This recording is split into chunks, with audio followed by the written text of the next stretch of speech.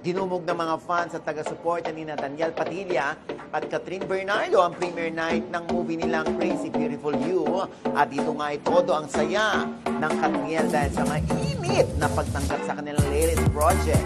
At bakit naman hindi ba? Ibang-iba raw ang istorya talaga ng Crazy Beautiful You, ha?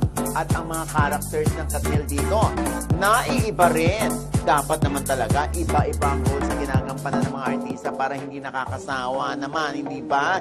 Kaya Katniel, congratulations unang-una. Pero yung totoo, gaano kayo kasaya ngayon, ha? Dahil umabot na ng 100 million mark ang gross ng inyong pelikulang Crazy Beautiful You. Di ba kayo nagiging crazy ngayon? Napaka-beautiful ng resulta sa takilin nito. Ichika nyo na! Yung goal namin, na gusto namin iba yung mapanood nila, and happy kami kasi alam mo, iba yung nakita nila. Hindi ko naman sinasadya, pero ewan ko, gusto ko yung character ko eh.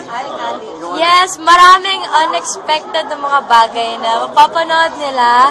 And yeah, kailangan nila talaga mapanood.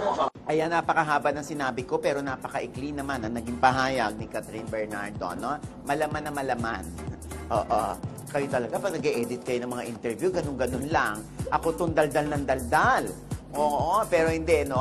Maikli man yan, o mahaba man ang sinabi ni Catherine, isa lamang po. At the end of the day, congratulations sa inyo, ha? Sa Katniel at siyempre sa mga Katniel fans na talagang wala namang sawang sumusuporta sa #1 tambalan ng bayan. Ayan, congratulations ulit.